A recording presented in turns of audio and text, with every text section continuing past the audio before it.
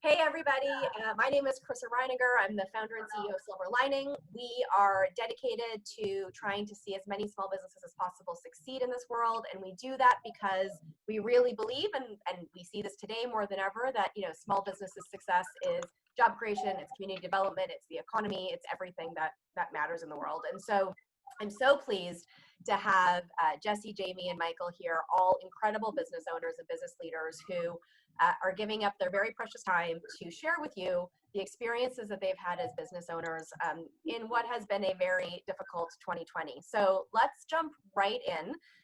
Jesse, can you tell us who you are and what you do? Absolutely. Hey, how you doing? I'm Jesse Lipscomb. I am an actor, a producer, a writer, an activist, a speaker, and yeah, I'm basically the product of myself. In the past, I've also owned some fitness studios and restaurants, and yeah, that's me for now. Great, thanks, Jesse. Jamie. Hi there, I'm Jamie Kolnick. I am the founder and CEO of a nationwide children's music company called Jam with Jamie. We do virtual and in-person events for kids 1 to 10 years old, parties, classes, wherever anybody needs kids music, we're there. Thanks, Jamie. And Michael. Hi, good afternoon, everybody. This is Michael Cano, the CEO and founder of Gateway VIP Services. We expedite passengers through 450 cities around the world. Our network of customers goes only for Fortune 500 companies down to personal travelers. Great, thank you. So the first question, and all of you guys, I imagine, are going to have equally significant but very different answers to this. But how has the pandemic affected your business, and then therefore you, right? As business owners, so much of what's going on in our business affects us in a very personal way. So, Michael, I mean, you're in the travel business. What's happened to you in the last couple months? Well, we went from something to nothing. Yeah. We went from absolutely 100% to zero. From March 1st to March 15th, revenues just went straight down. It was unbelievable. I've never, we survived 9/11, Hurricane Sandy, but nothing like this. And it's been literally, I've had 2 emails in 3 months, which is, it's unbelievable. Just to, people aren't traveling, people are afraid. So just in the last week, we started to see some pickup in, responses and questions on our website. But it's pretty much devastating. Yeah. And how has that affected, I mean, you can share whatever you're comfortable with, but how has that been for you as a human, as a business owner going through this? First you're concerned about yourself, your family, and how are you going to get through this and matter so everybody gets safe. And you're concerned about your customer base. Well, they all disappear because they're all feeling the exact same way you are.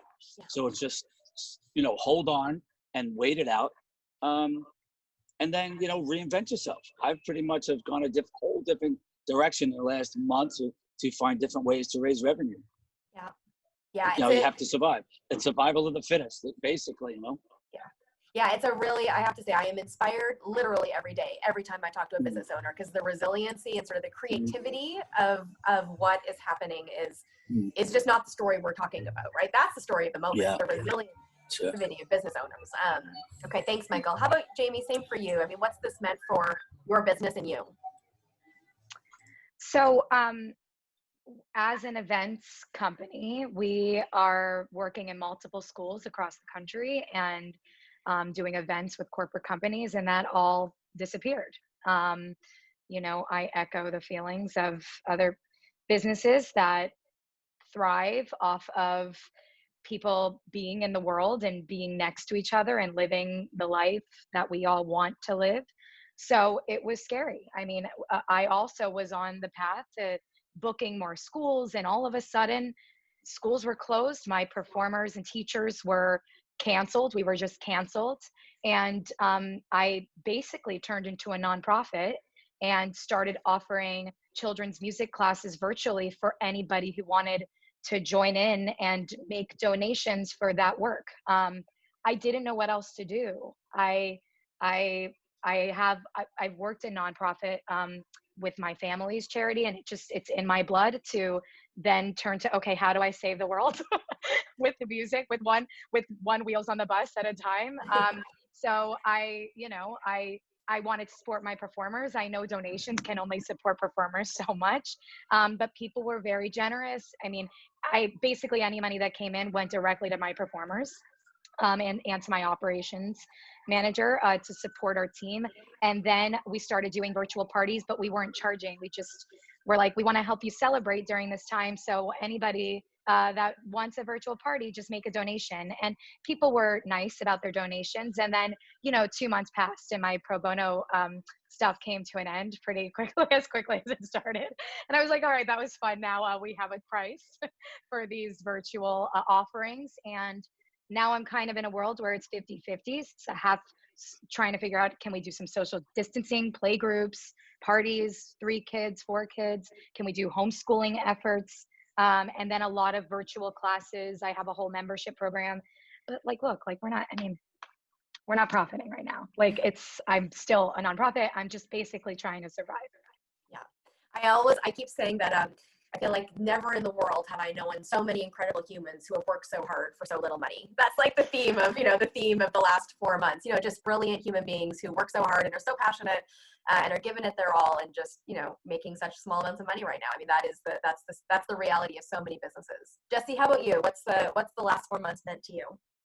Yeah, I'll start personally. So personally, it's been interesting. Like, I'm a huge extrovert, love going out, having fun, meeting people, networking, all the above. So I assumed it was going to be very, very difficult right off the jump. I was doing everything from creating what do I call it? Karaoke. I love karaoke. So I had quarantine karaoke on Zoom, and I'd have all my friends all over, and we would just take turns, and it was great. And that was for 2 weeks maybe. And then that got old super fast. But I spent so much quality time with my family, which was amazing. I was going for walks with my wife every morning. I just got to spend time playing with the kids, the homeschooling games, which were at the beginning we took serious, but soon after I was like, I just don't care about the school, neither did they. So we just enjoyed each other's time. So on the personal end, it was a short struggle, and then I actually enjoyed it. I've enjoyed a lot of the calm time. Started meditating. I've always said I should meditate, but I could never find time to do nothing, which is so weird. But either way, I started meditating. It's been amazing, beautiful. On the business side, I was shooting a pretty big Netflix series, right? We were halfway through season 2 of it. And then a force majeure happened. Obviously, there's an act of God, and no longer contracts just poof. So there were about 2 days at that time where I was like, this is crazy. What are we going to do? Nobody's working. Same thing with speaking. As a speaker, this was probably a great time too. I was booking gig after gig after gig, and then that disappeared as well. But in about 2 days, I just also looked at the whole world was in the same position. Everybody was. And oftentimes I look in hindsight, I'm like, oh man, if I only knew. But I did know that everyone is at the same place right now. So whatever I could do, I could leapfrog or get ahead of, because nobody's really yet been successful in a global pandemic in a digital age. So no matter what we're doing, if you're doing anything, you're trailblazing or at least trying stuff. So I worked more than I've ever worked and am busier than I've ever been.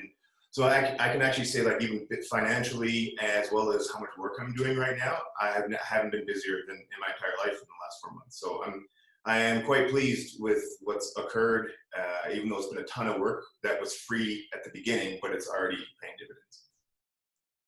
I do. Thank you for that. I think it is true. I think that, they always say, don't let a crisis go to waste, right? That in it, innovation happens, in it, opportunity surfaces. And, all 3 of you guys have articulated that, you kind of have this, oh, what moment, and then you get back to work. And that's the amazing thing about business owners, right? Is that we're creative and we're resilient and we keep going, we figure it out. And I always say in every conversation I've had in the last couple of months, I have no doubt we will figure this out. Because if my barometer is based on the business owners that I know and the resilience and the tenacity of those humans, then we're going to figure this out. There's no question about that, right? The question is how we do that, how quickly we can recover, and if we can do it in a way that minimizes sort of the financial and emotional pain through the journey. So let me ask you guys, maybe Michael, let's go back to you. This is a conversation where we get to sort of share our experiences with a bunch of corporate executives, right? People who are, sitting in boardrooms and figuring out product strategy, marketing strategy for small business owners. And, one of the things that I would say that I heard loud and clear from most small businesses is that we need something different than we're getting right now from the corporations who we buy products from and buy services from, or who are trying to sell us as products and services.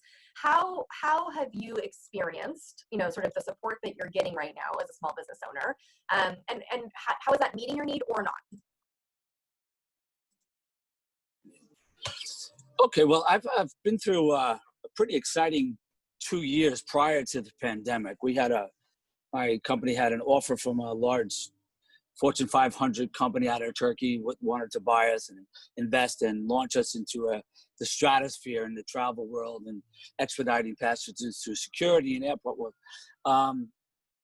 As far as corporate business goes, and what I've learned is a lot of these businesses out there, they're looking to increase their volumes incredibly. Like, it's all about their volumes. It's all about revenue.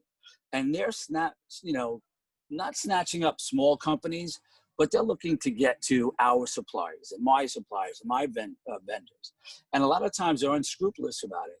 They'll walk in your door, they'll ask you questions only to find out who your companies are, who your vendors are, how you're doing business, and then go around you and snap up those businesses and leaving you with practically nothing. So, in that light, I would ask big corporations, say, listen, do the right thing. You want to get to my vendors or my business, buy my business, I'll give you all my vendors. That's the right way to do it. The wrong way to do it is come into my office or anybody's office and, pick their brains for, a week or so, and then, okay, say, we'll just do it ourselves. I think that's the wrong approach. And, through this pandemic, hopefully humanity has kind of come back into, the picture of the business world. It's not just doing business. It's people doing business. So now we have to respect each other. And I'm hoping that really becomes more of a norm than it was before. It's reality comes back into life. So, we work to provide the lifestyles we want. It's not the other way around. So no, I think that it's interesting. That's what I the conversation, I think it's great. And all the conversations we've had around this, the thing that is coming out very clearly from every business owner is treat us like humans. Treat us not like a number on a spreadsheet or like a business strategy, but we're humans building real things, and communicate with us in that way, talk to us in that way, and understand us in that way, and do business with us in that way. So I think that makes all the sense in the world. I could not agree more. The small. Go ahead. Sorry, Michael, go ahead. No, that's fine. Go ahead. I'll come back. All right, I'll go back to you. All right, Jesse.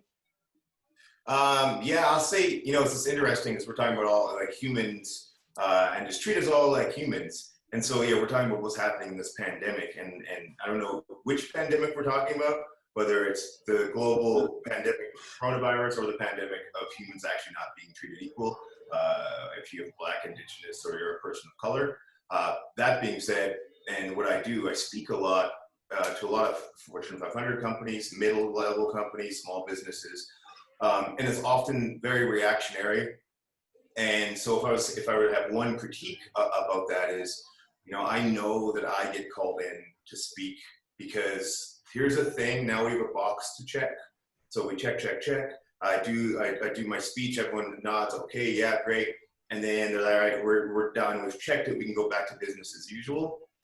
And so I think a lot of larger companies can do some proactive work, more like on a drip strategy as opposed to just a shower. So let's have a big rah conference. That's amazing. And we're all excited for like 3 days. And then everyone can go back to their own patterns. And it's not even a critique. It's what we do as humans. But if we could, have some of these things that last and it's maybe we do one concept this week. And it's more of a commitment. It's a financial commitment. It's a time commitment. But if that's the box you're checking about humans being treated equal, specifically even in your own workplace and then with the clients you hire and then speakers you hire, it's really easy to see what you're doing. I'll do it and I'll take my check 100%. And I know that I'm doing a little bit of good, but I know that good, I can only do as much good as there's room to do. So that would be one of the bigger critiques is actually, okay, we did this and there's a high probability that this issue is not fixed for sure, and something will happen again.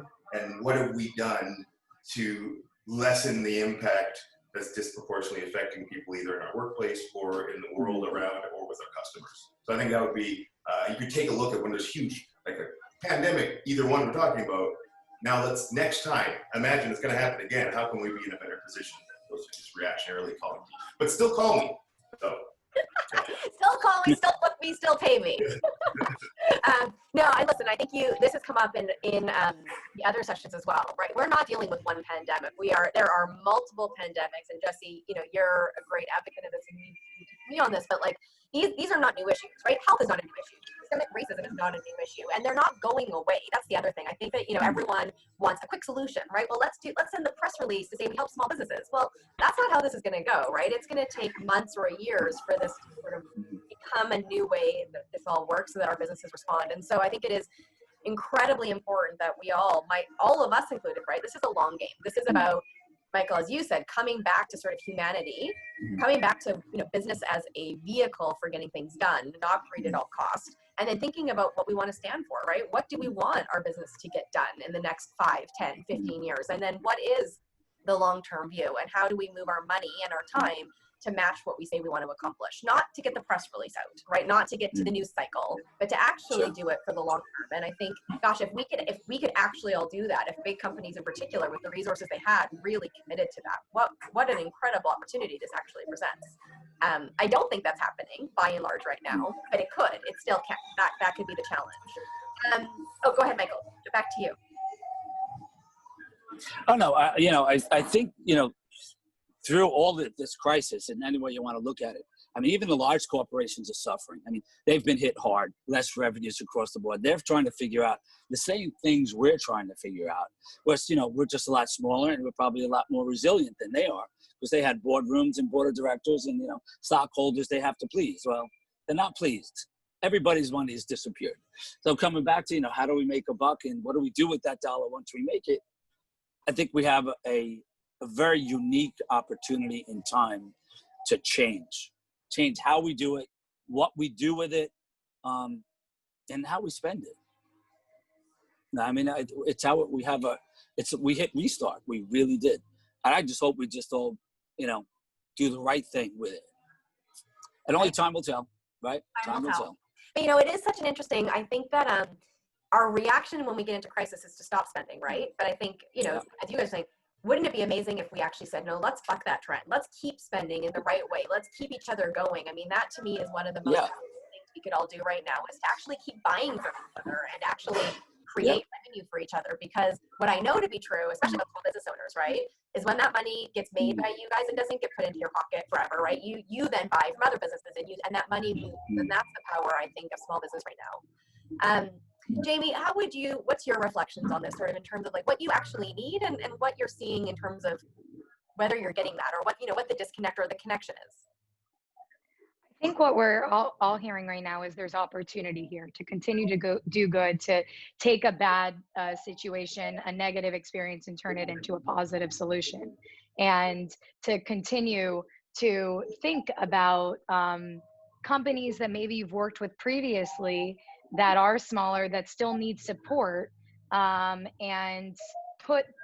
make a budget for that and ensure that those small businesses are continuing to thrive, because without us, I mean, you need us. So we all need to get through this together. So I think keeping that collective community mindset is really going to help us all get through this. So for example, any corporate companies that I was working with previously that, you know what, we just don't have a budget for that big family event this year. Like, I would just hope there be a little bit more compassion and thought about the companies that they were previously working for and what happens when they take that out of their budget. Same for schools. I mean, I feel like at least what Jamie is offering is valuable virtually or in person, but I'm having schools tell me, like, you know what, we just don't know if there's room for that special in our program anymore. And to that, I just say, well, the parents in your community are still paying the same amount to go to your school. So if the families are still paying for their tuition, you should probably still support the specials you were supporting previously. Now, this isn't big corporate companies, but these are some of my biggest contracts or schools. And I would just hope that education still respects what their arts were doing before the pandemic hit, and continue to support us the way that they were previously, and realize that without us, it really hurts our businesses. I was doing a classic Zoom. I was talking on mute. Yeah, I think, the thing that I think is so interesting that's coming out in this conversation is that there's this theme of, number one, keep buying from us. Don't cut your budgets, right? Like, that's literally the worst thing you could do right now. If you want to protect the economy, you've got to keep buying. Two, let's use this as an opportunity to think long term and do the right thing, right? To reset what business stands for. And then three, right, there is a massive opportunity to rethink how we all work together. I love how you framed that, Jamie. The idea that, we need to come up with a community mindset in this, right? We get through this together. And I think the risk right now is everyone sort of going into their corners and sort of figuring out their strategies and cutting spending and cutting costs and preserving cash. And we won't get through it like that, right? I think our only hope is that we do get through it together, that we hire people like Jesse to keep reminding us about, the issues he represents and talks about. And we hire Jamie to make sure that our kids are having a good time while they're in quarantine. And we hire people like Michael to travel as safely as possible when we do need to travel. And we continue to be in it together. I think that that's the opportunity, is how do we stay in this together with each other, for each other? Because then we all make it, right? Then it is okay, and then we actually are better for it. But if we all go to our corners, slash, cut, and separate, we're all going to hurt more for those things. Can I ask you guys, this is a more vulnerable question, but before we wrap up, can I ask each of you guys, if you're willing, to share the 3 biggest challenges you have right now? Again, I think it's important, as executives are listening to you and hearing what's going on, right? It's one thing to build a product strategy and a marketing strategy. It's a different thing to actually hear what their customers need most, what your biggest challenges are, and then to have that potentially completely reframe, right, what their product or their marketing strategy might need to be. Jesse, let's start with you. What are your 3 biggest problems right now? What are the 3 things you need most right now? So 3 biggest problems, probably, the first one probably deals more with always more clients, right? That's and being able to forecast 5 years in the future and know exactly what I'm going to make. Okay. I don't have 3. I have kind of more. It's probably one that encompasses the bunch. It's trust. This is the thing. It's about trusting businesses that I work with. And a level of transparency that might exist with them. There's a lot of lip service that happens right now, in response to stuff you mentioned before. Like protecting the economy happens through spending, but I'm not excited about protecting the economy that existed before, because it's this idea of nobody cares until they know you care. And so many companies aren't really caring the way I'd like to see them care. And so for me, I think the new KPI, without a doubt, is kindness and real foresight. And specifically when we're virtualizing the human experience and we're doing this so much. So we have real direct access to our customers and businesses to us in a new way. And I know that my dollars and those that look to me for direction and where to spend dollars will be directly diverted to companies that are showing in this time that they are worthy of my trust, and they so often haven't. And it's so much easier now to dig into companies and where their dollars are spent and where things were built and what kind of labor they're using and what's the representation of women on the high level, of Black, Indigenous, and all people of color, and who's making all these decisions. I can look this up and I will share this with everybody I know, and the companies that are doing it properly is where my dollars will go. So my biggest problem right now is trusting companies and just letting the lip service be enough. So that would be the number one. I don't really have a ton of challenges. They're opportunities. I love them all. So it's just let's figure something new out. It's not a damn pandemic, whether it's racially or viral, that's going to stop me from crushing life. But if the company wants some of my business, step their That's very well said. That is what, but that's the spirit of business that again, I say this all the time, I'm going to say it one more time, right? The biggest misnomer is that small business is a risk right now, right? The biggest mistake that I see companies making, thinking small businesses are too much of a risk right now. Small businesses are our only hope right now. Small businesses are resilient and tenacious and will solve these problems and will not give up. Like, small business is not a risk. Small business is the beacon in the midst of this craziness. And we have got to stop that conversation because it is fundamentally incorrect. Small businesses are correct. They're the backbone. We're there where this is gonna, that's what's gonna get us through. Yes.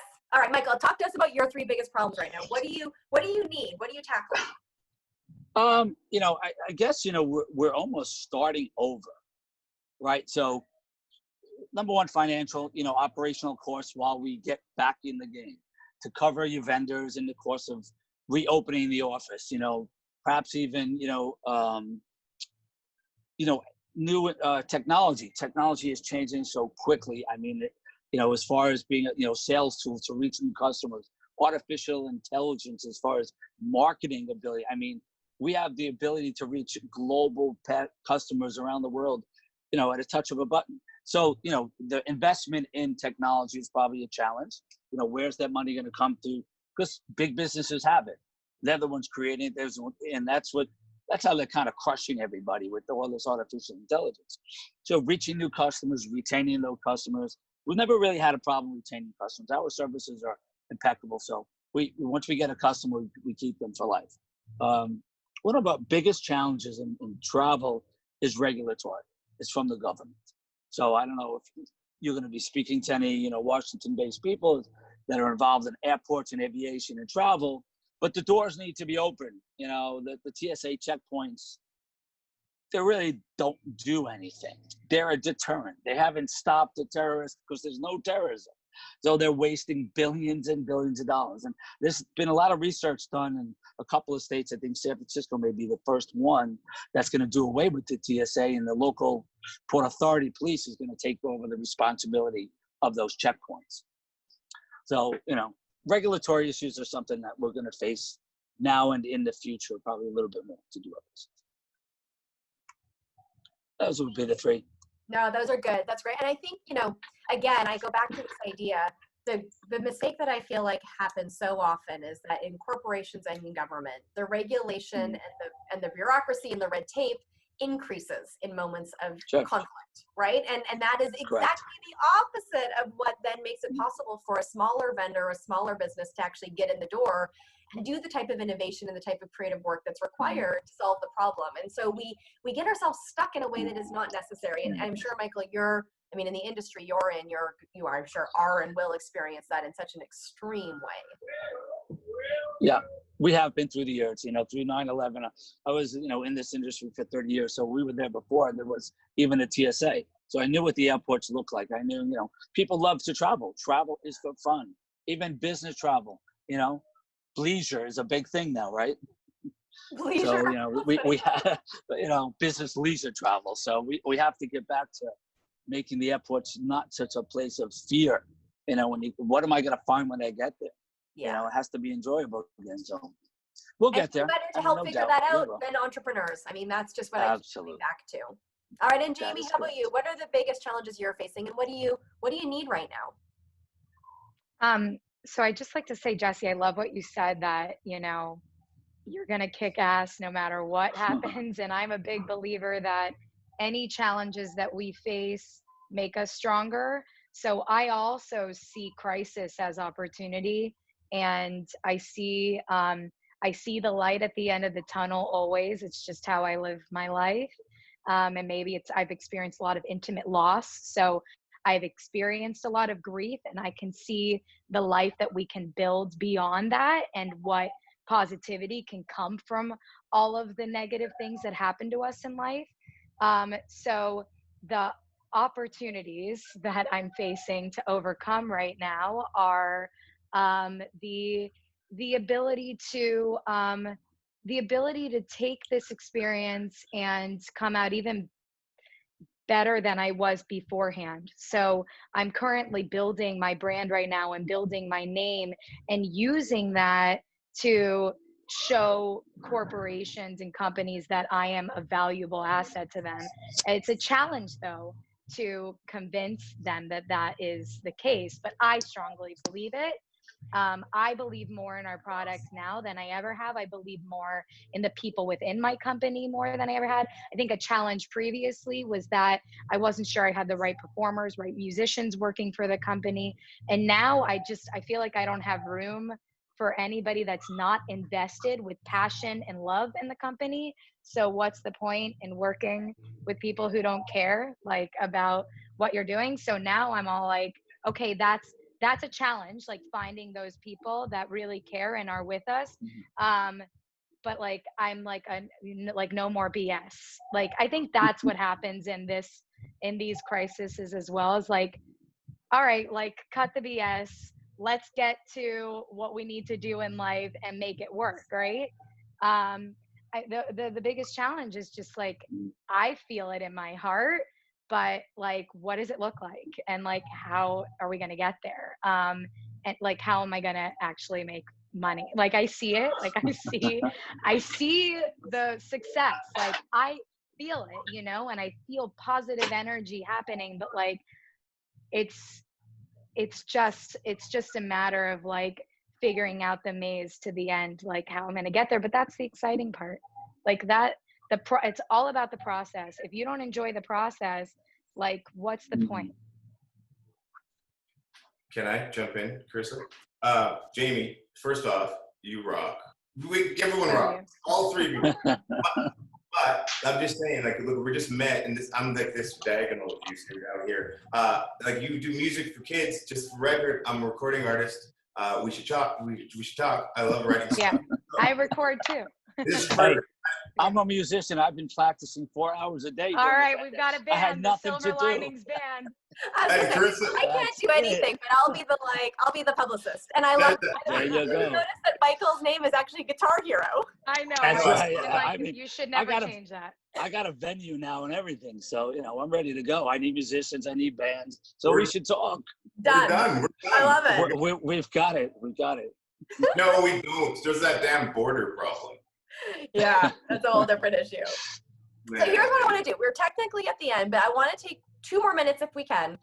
My sort of call to action to everyone listening is, we have an opportunity for this to be better than we started, right? For business to be better. Like Michael said, this is an opportunity for us to do business in a new way. Like Jamie said, this is an opportunity for us to think like a collective and in community. Like Jesse said, this is an opportunity for us to do the hard work to actually solve these problems, not just, check off the list of things that give us the good PR spin. And my challenge to everyone listening is, the resources that a big company has are more than the average small business, but the tenacity and the resilience and the gumption and the innovation that will come from small business is unparalleled. And so if we can work together, don't market to small businesses, don't sell to small businesses, partner with small businesses, do business with small businesses, hire small businesses, we can come out of this better. I mean, I really believe that. And I would just advocate specifically for Jesse and Jamie and Michael. All of you listening could hire all 3 of them in really practical ways, and a tiny bit of your budget would have a meaningful impact on their companies. That's the power of big businesses hiring small businesses. What is so inconsequential in your budget makes a difference to their families, their staff, their communities, and ultimately creates a better economy. And, I hope that out of this, we spend less money on marketing budgets and more money on partnership and hiring and vendors and doing this together, because that is what is going to actually keep this machine going, keep the economy going. And to Jesse's point, not the economy we had, because who wants that economy, but a good economy, a just economy, a fair economy that works for everyone. So those are my closing comments, but I want to close with your guys' closing comments. So can we just go around the circle one last time? And can you guys just, you've got this captive audience of corporate executives, listening right now. What would you want them to do right now? What is one action you would love for them to take in this moment? So why don't we'll go back in the order I see you in. Jesse, Jamie, Michael. Jesse. I'm piggybacking with what you just said as well, but I think one of the actions is that it's this idea of where you're spending your money and where you're spending your marketing dollars, and then why you're doing it. Like, what is the outcome you're looking for? whether it's the box checks, whether it is, and I like when you said, you're right, you could hire one of us and it helps our life, fine. But I think even more than that, what we can offer helps your business, right? So then like directly helps your employees, and directly what we can offer them, because we've been doing this work for decades. So as opposed to spending your marketing dollars and having a board meeting about it for this week, you bring someone in like myself or Jamie or anyone, and this is what we've done our entire life. So we'll just offer that. We're basically giving you this thing for our small time. So that's the one piece, and the other one is let it not just be a one-off, right? This is the partnerships with us. So let's discuss how we can do this long term. And it might not always be me speaking. I have my own group of individuals that can probably help in different areas. And if you've enjoyed me and like what's happening, then you can trust who I would. Here's my nepotism, but it's good. Like this person's amazing. You should work with them, and they have the same CV and blah blah blah. So partnering with us, I think goes a long way. It's all about community. This is thinking outside of the box. Stop thinking about what has worked in the past. If it ain't broke, don't fix it, right? Like, let's try something new. Let's use this as an opportunity to have those partnerships with small businesses, but with new people, with people who have their team, have their family of people that they trust. And I think maybe it means trusting something that you weren't sure you trusted previously. Opening up your heart to new possibilities and believing more in small business, and giving those opportunities and building those partnerships to create long-lasting relationships. I do think it has a lot, like my two main things are trust and partnerships and community, or three, really trusting who you're starting to work with and thinking on a new level. Great. Well, I'm just bringing out to the table to let us help you. Open up have the corporations open up their doors. We have the same visions and goals that they do. Let us help you accomplish what you need to accomplish, and we're going to accomplish what we need to accomplish all at the same time. We have the same goals, we have the same visions, and we have the knowledge. We've done it for 30+ years. I think that's exactly right. I think, I just wish every single person in the world sat down and talked with a bunch of small businesses like I get to do every day, because it is so incredible, the passion, the tenacity of people like you guys. So thank you for your time. I know that in this moment, time is especially of the essence. But let's build a new version. I love this. I love it. Build a new version of business, a more just society, long-term solutions. No more checking of the boxes, but actually doing good business together that creates a better world. Let's do it. Thank you. Thank you guys so much. I'm muted. Let's do it. Jamie, Jesse, thank you. Nice to meet you guys. Nice to meet you too, Guitar Hero.